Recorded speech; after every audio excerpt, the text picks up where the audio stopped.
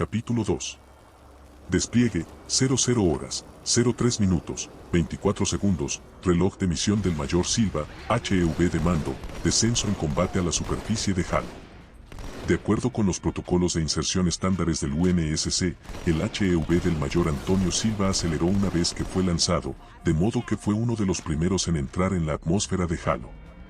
Había varias razones para esto, incluyendo la fuerte creencia de que los oficiales deben liderar en lugar de ser seguidores, estar dispuestos a hacer cualquier cosa que se les pida a sus tropas, y exponerse al mismo nivel de peligro. No obstante, había otras razones, empezando por la necesidad de reunir, clasificar y organizar las tropas en el momento en que sus botas tocaban el suelo. Las experiencias habían demostrado que cualquier cosa que los Helljumpers lograran durante la primera llamada hora dorada tendría un efecto desproporcionado en el éxito o el fracaso de toda la misión. Especialmente ahora, cuando los marines caían en un mundo hostil sin ninguno de los informes de inteligencia, simulaciones de realidad virtual, o modelos de equipos específicos para el entorno que normalmente recibirían antes de tal inserción.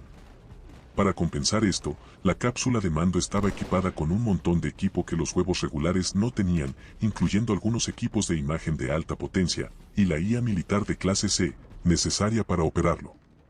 Esta inteligencia particular había sido programada con una persona masculina, con el nombre Weasley, en honor al famoso Duque de Wellington, y con una personalidad a la altura. Aunque era mucho menos capaz que una inteligencia artificial de alto nivel como Cortana, todas las capacidades de Weasley se centraban en cosas militares, lo que lo hacía extremadamente útil, aunque algo estrecho de miras. El HEV se agitó violentamente y se volteó de un lado a otro mientras la temperatura interior subía a 98 grados. Se derramó sudor a lo largo de la cara de Silva. Así que, continuó Weasley, su voz entrando a través de los auriculares del oficial, basado en la telemetría disponible desde el espacio, más mi análisis. Parece que la estructura etiquetada como HS-2604 cumplirá con sus necesidades. El tono de la IA cambió ligeramente cuando una subrutina de conversación se puso en marcha. Quizás le gustaría llamarla Gabil Gur, por la fortaleza que conquisté en la India. Gracias, Silva graznó mientras la cápsula se invertía por segunda vez, pero no gracias. Primero, tú no tomaste la fortaleza, Wellington lo hizo. Segundo, no había computadoras en 1803. Tercero, ninguna de mis tropas sería capaz de pronunciar Gabil Gur. El designador, base alfa, servirá perfectamente. La IA emitió una interpretación aceptable de un suspiro humano. Muy bien, entonces. Como decía, la base alfa está situada en la parte superior de esta colina. La pantalla curvilínea ubicada a solo unos centímetros del extremo de la nariz del marine pareció temblar y el video se transformó en una imagen de una formación gruesa, como un pilar, coronada por una mesa con algunas estructuras abigarradas de techo plano ubicadas en un extremo. Eso fue todo lo que Silva vio antes de que la superficie del HEV comenzara a desprenderse, revelando la jaula de aleación que contenía al oficial y su equipo. El aire se volvió frío y arrastró su ropa. Un momento después, el sistema de freno se activó. Silva hizo un gesto de dolor mientras la cápsula desaceleraba con un tirón demoledor. Su arnés se clavó en sus hombros y en su pecho. Weasley envió una señal electrónica al resto de los Helljumpers. Lo que quedaba de sus HEV giraron en una dirección necesaria para orientarse hacia la cápsula de mando y seguirla a través de la atmósfera. Todos excepto la soldado Marie Postley, que oyó un chasquido cuando su paracaídas principal se rompió. Hubo un enfermizo momento de caída libre, y luego una sacudida cuando el paracaídas de reserva se despegó. Una luz roja parpadeó en el panel de instrumentos frente a ella.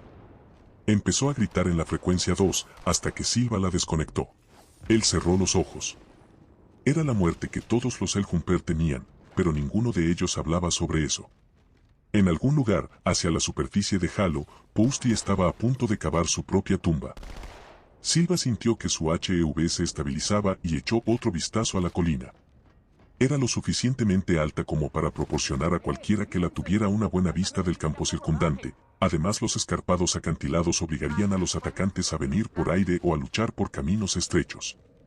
Como bonificación, las estructuras situadas en la parte superior les darían a sus marines un refugio defendible. Se ve bien. Me gusta. Pensé que así sería, respondió Weasley con presunción. Sin embargo, hay un pequeño problema. ¿Cuál es? Silva gritó mientras la última sección de la superficie del HEV se desprendía y el torbellino le arrancaba la máscara. El Covenant es dueño de esta particular pieza de propiedad, la IA respondió, con calma, y si la queremos, tendremos que quitársela. Despliegue. 00 horas, 02 minutos, 51 segundos, reloj de misión del Spartan 117, cápsula salvavidas Lima Foxtrot, Alpha 43, en descenso de emergencia a la superficie de HAL. El jefe maestro observó cómo el anillo se extendía delante de él, mientras la piloto guiaba la cápsula salvavidas por delante de un grueso borde plateado, y por debajo de la superficie interior de la construcción, antes de someter a la pequeña nave a una inmersión poco profunda calculada para ubicarla en el extraño paisaje de abajo. Mientras miraba hacia adelante, vio montañas, colinas y una llanura que se curvaba y eventualmente se desenfocaba, cuando el anillo se elevaba para completarse en algún lugar sobre su cabeza. La vista era hermosa, extraña y desorientadora al mismo tiempo. Entonces la visita turística terminó cuando el suelo vino a su encuentro. El jefe maestro no pudo decir si la cápsula recibió fuego enemigo, sufrió una falla en el motor o si chocó con un obstáculo en la aproximación final. Eso realmente no importaba, el resultado fue el mismo. La piloto tuvo tiempo de gritar, vamos demasiado rápido. Un momento después, el casco rebotó en algo sólido, y el Spartan fue derribado de sus pies. Un dolor le atravesó las sienes, cuando su casco se estrelló contra el mamparo en su camino a las placas de cubierta, seguido por una negra oscuridad. Jefe. Jefe. ¿Puedes oírme? La voz de Cortana resonó en su cabeza. El Spartan abrió los ojos, y se encontró mirando de frente los paneles de luz de encima. Centellearon y se iluminaron. Sí. Te oigo, respondió. No hace falta que grites. Oh, en serio, respondió la IA en tono cerrado. Tal vez te gustaría presentar una queja ante el Covenant. El choque desencadenó mucho tráfico de radio y supongo que el comité de bienvenida está en camino. El jefe maestro se puso de pie con dificultad y estaba a punto de responder de la misma manera cuando vio los cuerpos. El impacto del choque había desgarrado la nave y destrozado a las personas desprotegidas que había dentro. Nadie más había sobrevivido. No había tiempo para pensar en eso, no si quería seguir vivo y evitar que Cortana cayera en manos enemigas. Se apresuró a recoger toda la munición, granadas y provisiones que pudiera llevar. Apenas había terminado de revisar los pasadores de un cuarteto de granadas de fragmentación cuando Cortana se puso en alarma. Alerta, he detectado múltiples naves de descenso del Covenant acercándose. Recomiendo que te muevas hacia esas colinas. Si tenemos suerte, el Covenant creerá que todos los que iban a bordo de la cápsula salvavidas murieron en el choque. Entendido. El plan de Cortana tenía sentido. El Spartan inspeccionó la zona en busca de amenazas y se apresuró a cruzar el suelo del cañón y el puente que lo atravesaba. El puente carecía de barandillas de seguridad y estaba construido con un extraño metal bruñido. Debajo del puente, una imponente cascada se precipitaba por una enorme caída. El resto del mundo se arqueaba en lo alto. Grandes afloramientos de roca gris lisa se alzaban delante, y una dispersión de lo que parecían coníferas le recordó los bosques en los que se había entrenado en Reach. Pero había diferencias, como la forma en que el anillo se estrechaba desde el horizonte, la forma en que su sombra caía sobre la tierra, y el aire limpio y nítido que entraba por sus filtros. Era hermoso, impresionante, pero también potencialmente peligroso. Alerta, nave de descenso del Covenant acercándose. La voz de Cortana era tranquila pero insistente. La predicción pronto resultó ser correcta, ya que una gran sombra flotó sobre el extremo más alejado del puente y los motores de la nave gritaron una advertencia. No había duda de que el Spartan había sido visto, así que ideó un plan para solucionarlo. Llegó al final del puente, vio una roca de aspecto agradable a su izquierda y se apresuró a aprovecharla. Bordeó el acantilado, ignorando la larga caída. Con cuidado de fijarse en sus pasos, el jefe maestro rodeó la roca y encontró una grieta donde la roca tocaba el acantilado. Ahora, de espaldas a la pared, tenía la oportunidad de defenderse. Comprobó su rastreador de movimiento y se dio cuenta de que un par de Banshees del Covenant estaban prácticamente encima de él. Las aeronaves alienígenas contaban con cañones de plasma y cañones de barras de combustible. Aunque no eran especialmente rápidas, seguían especialmente contra las tropas de tierra. Siendo peligrosas, en combinación con el apoyo aéreo, los grunts y élites que salieron del transporte de tropas alienígena en forma de horquilla eran una seria amenaza. Apuntó con firmeza y divisó la Banshee más cercana. Teniendo cuidado de no disparar antes de tiempo, el Spartan esperó a que la Banshee estuviera a su alcance y apretó el gatillo. La primera nave de asalto se dirigió directamente hacia él, lo que hizo que fuera relativamente fácil mantener el objetivo. Los impactos de bala chispearon en el casco de la Banshee mientras su contador de municiones disminuía. La nave se estremeció cuando al menos algunos de los proyectiles perforadores de blindaje penetraron en el fuselaje, sacándola de su inmersión, y comenzó a desprender humo. Pero el jefe maestro no estaba en posición de apreciar los resultados de sus esfuerzos, ya que la segunda Banshee bajó en picado del sol y golpeó el área a su alrededor con fuego de plasma. La pantalla de su escudo cayó, y luego pulsó en rojo. Una alarma sonó en los altavoces de su casco. El jefe maestro devolvió el fuego. Sin detenerse, pulsó el botón de liberación del cargador y golpeó el receptor con un cargador nuevo. Se agachó, buscó objetivos en el cielo y divisó a la Banshee número 1 en el último momento. Se preparó para otro ataque. El Spartan permitió que la aeronave enemiga se acercara, tomó una ligera ventaja y volvió a apretar el gatillo. La nave del Covenant corrió hacia la corriente de balas, explotó en llamas y se estrelló contra la pared del acantilado. La segunda nave seguía ahí arriba, volando en círculos perezosos, pero el Spartan sabía que no debía quedarse de brazos cruzados. Media docena de puntos rojos habían aparecido en sus sensores de movimiento. Cada punto representaba a un potencial atacante y la mayoría se encontraban en su retaguardia. El jefe maestro esperó a que sus escudos volvieran a su carga completa, luego se dio la vuelta, saltó sobre la roca y echó un vistazo rápido. La nave de descenso del Covenant había colocado un puñado de grunts en el lado más alejado del cañón donde estaban ocupados examinando los restos de su cápsula salvavidas. Pero eso no era todo. A su izquierda, en su lado del puente, otro grupo de grunts se abría paso entre los árboles, moviéndose en su dirección. Sin embargo, todavía estaban lejos, lo que le dio unos segundos para prepararse. Aunque no estaba armado con el rifle de francotirador estándar S2AM, su arma preferida para este tipo de situaciones, el Spartan llevaba la pistola M6D que Keyes le había dado. Estaba equipada con un visor de 2 aumentos y, en manos de un experto, podía alcanzar y golpear a alguien. El jefe maestro desenfundó su arma de mano, se volvió hacia el grupo reunido alrededor de los restos y colocó la mira sobre el grunt más cercano. A pesar de que no eran una amenaza inmediata, los alienígenas del otro lado del cañón estaban en una posición ideal para flanquearlo, lo que significaba que él se ocuparía primero de ellos. 12 disparos sonaron y 7 grunts cayeron. Satisfecho de que su flanco derecho estaba razonablemente seguro, introdujo un nuevo cargador en la pistola y dirigió su atención a las tropas enemigas que estaban emergiendo de los árboles. Este grupo de grunts estaba más cerca ahora, mucho más cerca, y abrieron fuego. El jefe maestro eligió apuntar primero al alienígena más distante, asegurándose así de que todavía podría dispararles a los otros, incluso si se dieran la vuelta y trataran de escapar. Los disparos de la pistola se sucedieron rápidamente. Los grunts ladraban, gritaban y gorjeaban mientras las balas bien dirigidas lanzaban sus cadáveres sin vida por la pendiente invertida.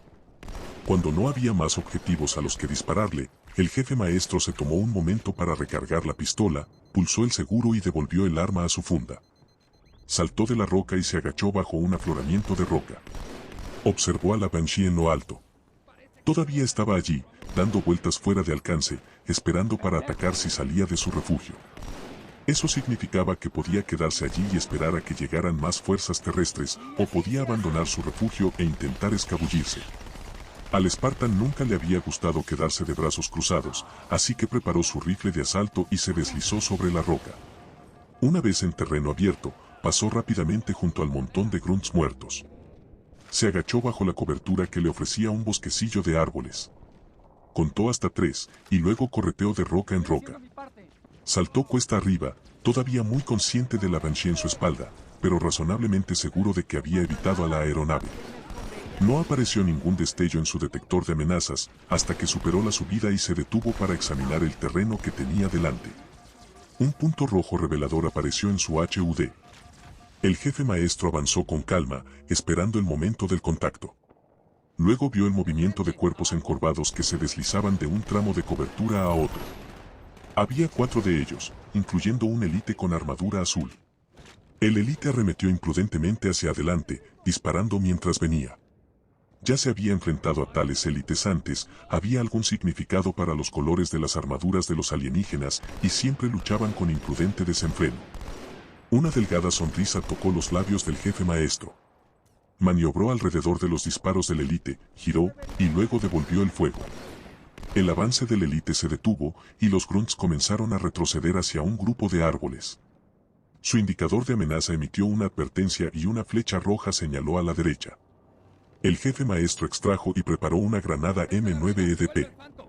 Se dio vuelta justo a tiempo para ver a otro élite, este en la armadura de color escarlata de mayor rango, atacándolo. La granada ya estaba en su mano, y la distancia al objetivo era suficiente, así que el soldado lanzó la M9.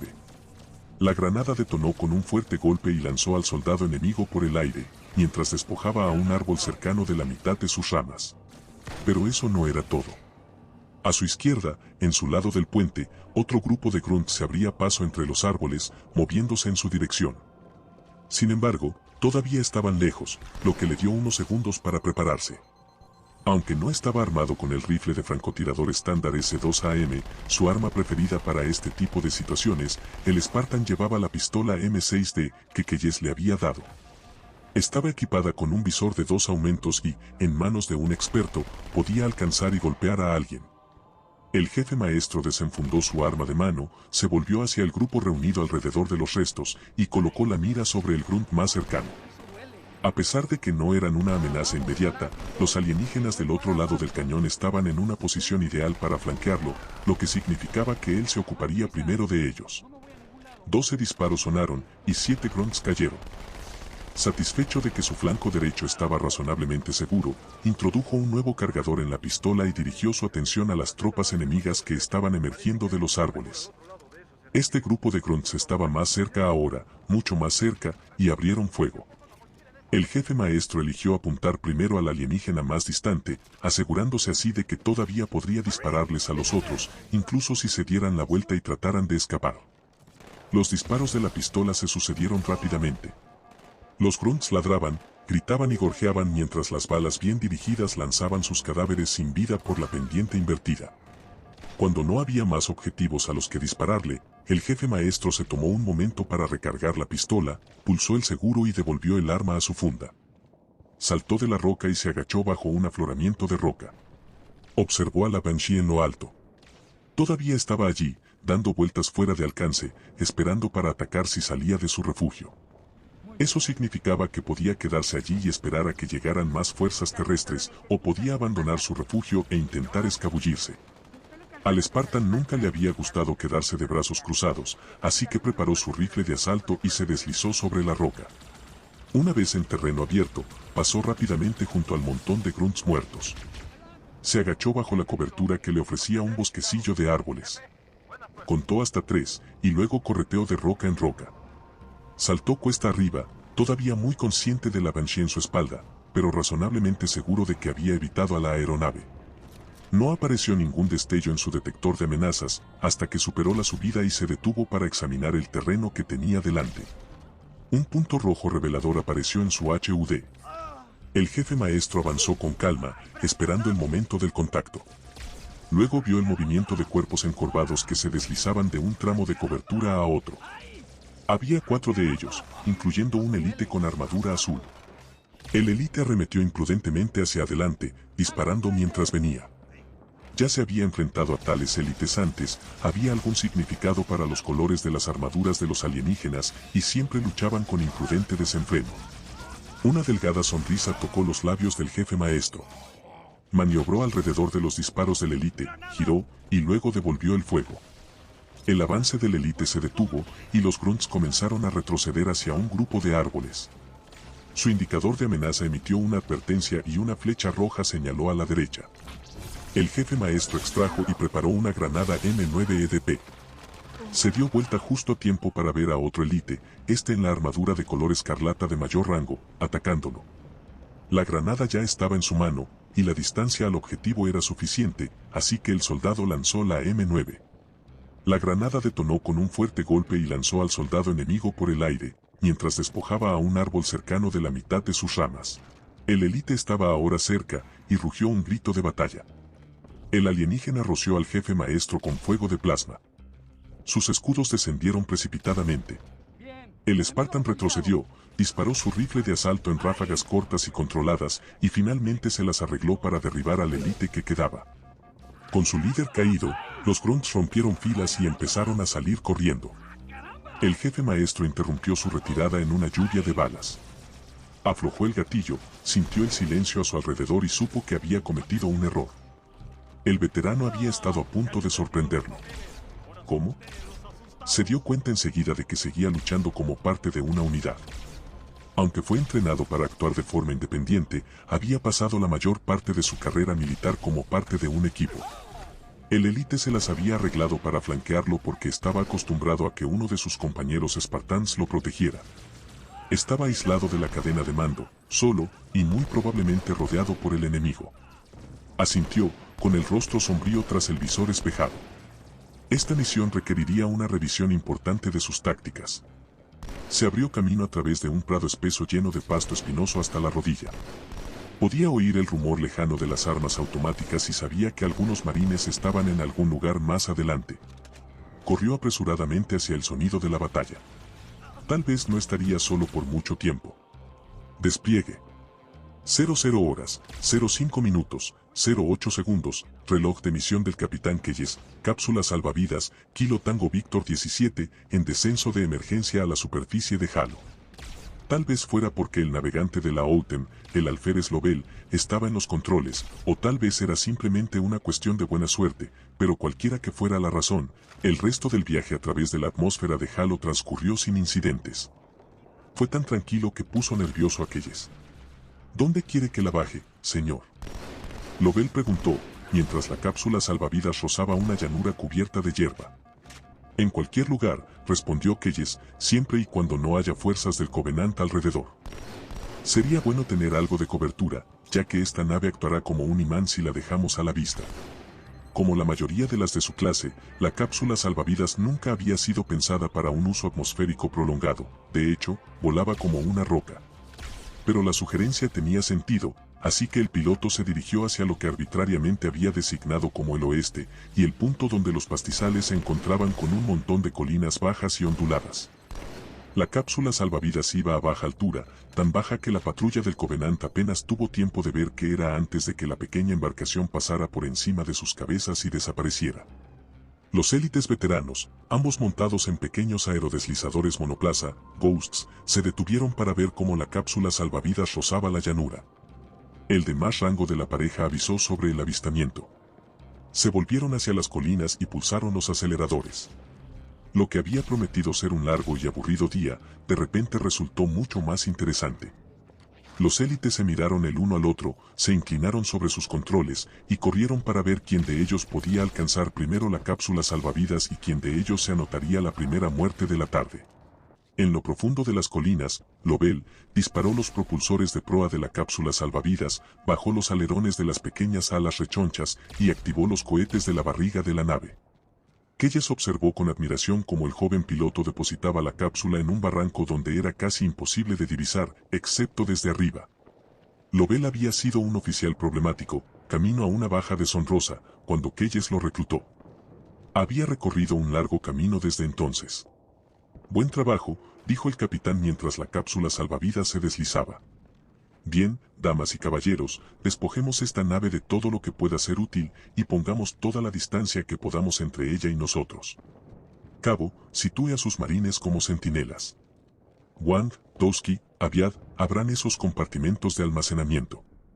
Veamos qué marca de champán guarda el UNSC en sus cápsulas salvavidas. Y Koba, dame una mano con este cuerpo. Hubo cierta conmoción cuando el cadáver de Nosolee fue llevado afuera y arrojado sin contemplaciones a una grieta, la cápsula fue vaciada y los controles fueron desactivados. Con los equipos de emergencia a sus espaldas, la tripulación del puente comenzó a subir a las colinas.